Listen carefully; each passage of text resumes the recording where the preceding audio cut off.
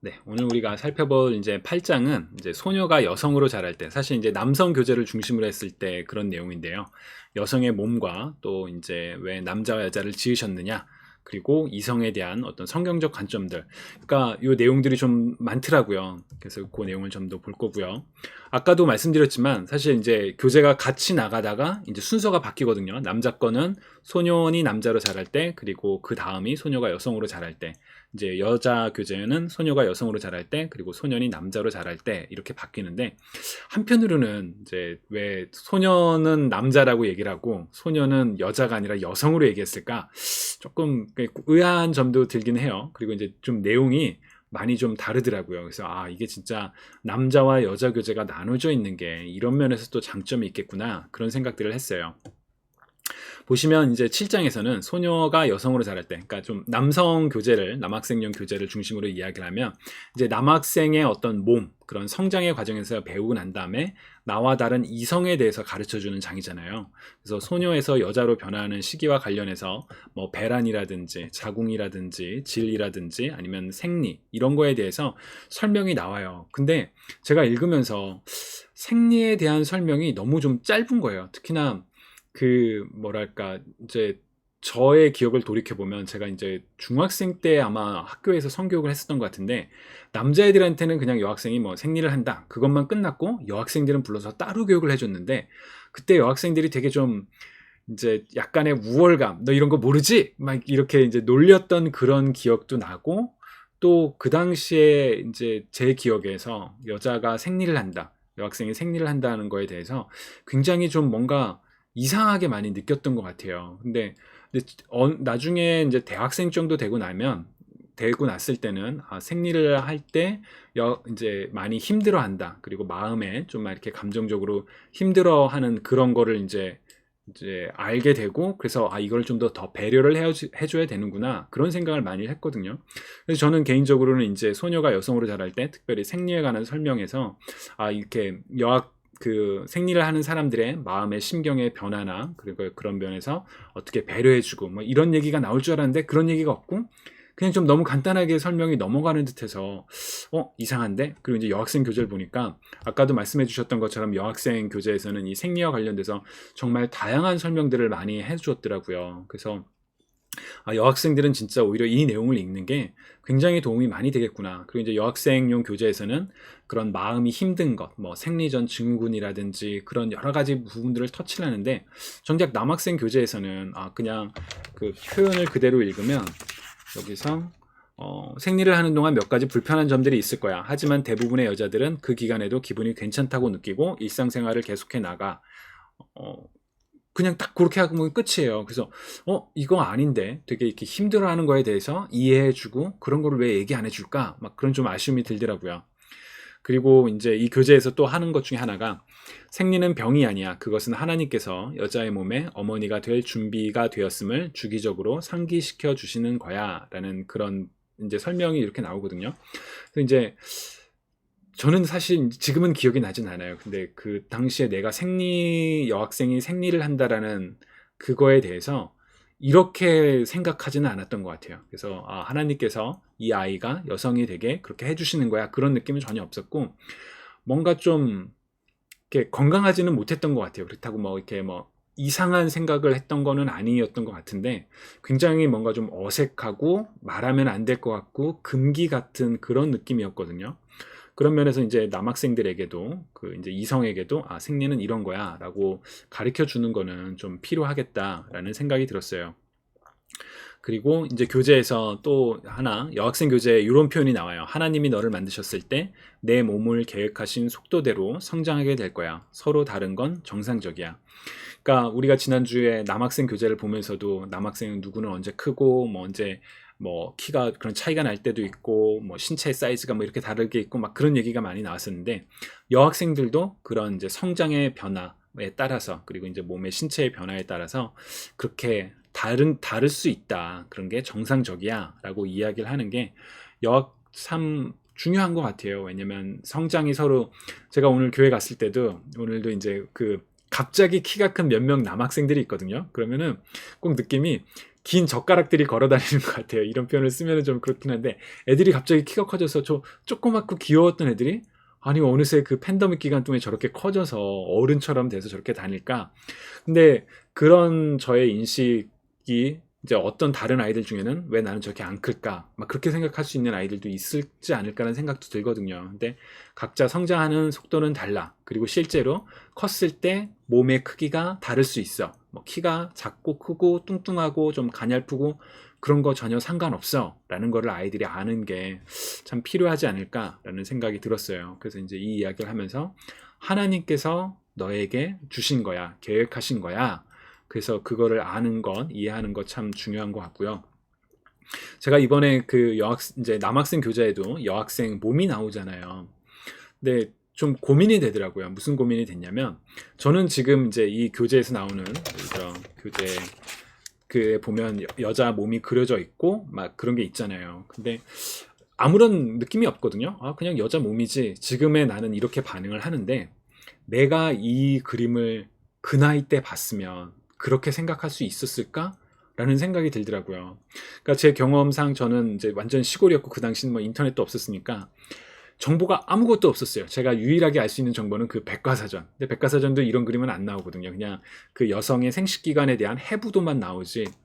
그러니까 그 엄청난 그 당시에 그런 호기심들이 있었는데, 근데 지금의 이 아이가 이제 사춘기에 들어간 아이가 이런 그림을 봤을 때 어떤 느낌으로 이 그림을 보게 될까?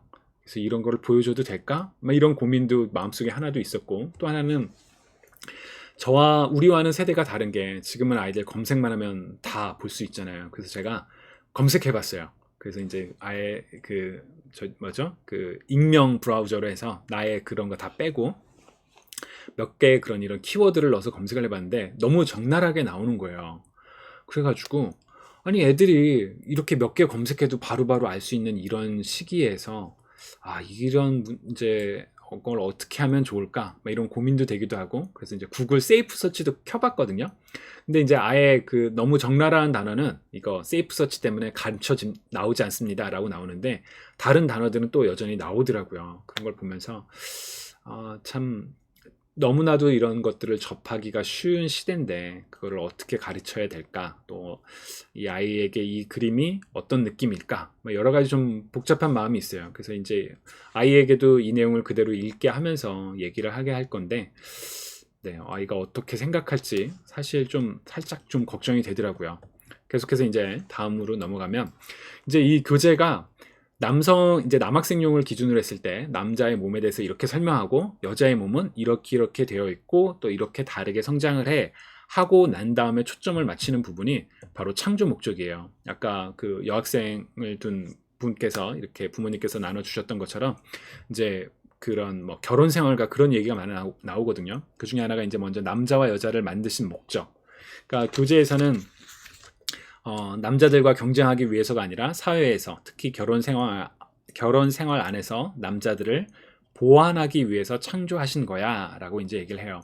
이제 이 보완이라는 단어를 들을 때 뭐 아직 어린 아이들은 뭐 그런 부분에 대해서 많이 반발함을 느끼지 않을 수도 있지만, 좀 이거에 대해서 왜 내가 그러면 뭐 이렇게 좀 서브의 개념인가? 막 이렇게 생각할 수도 있지 않을까? 그거에 대해서 어떻게 설명을 할까? 그래서 이제 창세기 1장과 2장의 내용을 다시 한번 좀 얘기해 줄 필요가 있지 않을까? 하나님께서 창조를 어떻게 하오셨고, 그러나 이제 남자와 물론 여자를 만드실 때 남자를 먼저 만드시고 홀로 있는 것이 좋지 않다라고 해서 여자를 만드실 때 남자의 몸의 일부를 이용해서 만드시는 그런 과정들을 좀 다시 한번 이야기를 해주면서, 그렇다고 이게 뭐 상하 관계가 아니다, 그런 걸 좀 같이 강조해 줘야 되지 않을까라는 생각이 들었었고요.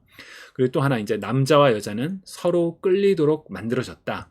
그런데 사탄과 세상과 그리고 죄된 본성이 자연적인 끌림을 이용하여 악한 생각과 행동을 하도록 유인한다. 예를 들어 뭐 음란물이라든지 인간의 성을 악용하거나 잘못 전달하거나 멸시하거나 비하하는 형태의 오락으로 그렇게 만들 수 있다. 사실 오늘날의 어떤 음란물들의 문제 중에 하나는, 그러니까 이성의 존재를 존중하고 사랑해야 할 그런 존재로 보는 게 아니라 어떻게 보면 그냥 물질로서 그리고 나의 만족과 나만을 위한 그런 걸로 그렇게 표현하는 게 많이 문제라고 얘기를 하잖아요. 그런 면에서 이제 교재는 그런 부분에서 계속 그런 부분을 좀 강조하더라고요. 그래서 서로 이제 다음 아마 몸은 하나님의 선물이며 적절하게 관리하고 존중해야 된다. 그러니까 나와 다른 이성에 대해서 그렇게 존중을 해야 된다. 그 부분을 좀 강조하는 게 이제 아이들이 음란물을 저는 안 볼 수는 없다라고 생각을 해요. 왜냐하면 본인이 원하지 않더라도 친구들이 보다 보면 그리고 그런 모임에 가면 자연스럽게 노출이 될 거거든요. 근데 그런 거에 대해서 어떤 식으로 인식을 해야 될지 오히려 이렇게 미리 좀 가르쳐 주는 게, 왜냐하면 우리가 그렇게 이 이성의 존재를 나만을 위해서 나의 어떤 그런 만족을 위해서 채우기 위한 그런 게 아니라 우리가 같이 존중해야 되는 그런 존재다 라고 가르쳐 주는 게 좀 필요하지 않을까라는 생각을 해봤었고요. 그리고 이제 결혼 생활 안에서 세상에 새 생명을 낳는 행위로 서로 결합할 수 있는 아름다운 몸을 갖도록 하나님께서 설계하셨다. 오직 결혼 생활 안에서 남편과 아내로서 이 성적 친밀감을 경험하게 된다. 그러니까 이제 성적인 어떤 그 인테그리티에 관련된 이야기를 여기서는 이제 이렇게 좀 짧게 하고 넘어가거든요. 근데 나중에 가면 이제 그런 내용을 또 한 번 다루게 되더라고요. 그래서 이제 그때 이 내용들을 한 번 더 같이 살펴보면 좋을 것 같고요. 그리고 이제 그리스도와 관련해서 이제 예수 그리스도에게 초점을 맞춰요. 그래서 우리를 위해 희생하심으로써 사랑을 보여주신 그리스도. 그래서 로마서 5장 8절, 우리가 아직 죄인되어 있을 때 그리스도께서 우리를 위하여 죽으심으로 하나님께서 우리에 대한 자기의 사랑을 확증하셨다. 예수님이 우리를 살리시기 위해서 우리를 향한 사랑으로 희생하셨다. 그리고 예수님은 섬기는 리더로서 우리를 섬겨주셨다. 그리고 이제 교재에서는 내가 다른 사람들을 존중하고 섬기며 그들의 필요를 너 자신의 필요보다 먼저 생각할 때 참되고 자기 희생적인 사랑을 나타내고 있는 거야. 처음에는 이제 제가 이거를 그냥 대충 읽을 때는 또 예수님에 대해서 얘기하네. 그리고 뭐 왜 이런 걸 얘기를 할까라고 했다가 다시 한번 두 번째 읽으면서 왜 이 부분을 이 교재가 이렇게 강조를 했을까? 특히나 이제 남자와 여자의 서로 다른 존재가 서로를 어떻게 바라볼 것인가? 또 두 존재가 어떻게 한 몸으로서 이렇게 생활해 나가는 그런 모든 과정 속에 있어서 우리가 닮아야 될 모습이 바로 예수 그리스도처럼 희생하고 섬기고 존중하고 그 사람의 필요를 나의 필요보다 먼저 생각하는, 그러니까 나의 만족을 위한 이성이 아니라 내가 이성을 위해서 나의 만족보다 이성을 먼저 생각하는 그런 마음이 정말 아름다운 부부 혹은 아름다운 성의 결합에 있어서 중요한 내용이기 때문에 이렇게 설명하지 않을까라는 생각을 해봤습니다. 그리고 이제 마지막에 예수님이 너의 죄값을 치르기 위해 죽으셨다는 사실이 너에게는 무슨 의미가 있을까? 그 사실은 우리에게 사랑에 대해, 특히 미래의 아내를 어떻게 사랑할지에 대해서 무엇을 가르쳐 줄까? 이런 질문들도 이렇게 있으면서 이 7장의 내용이 끝나게 됩니다. 자, 여기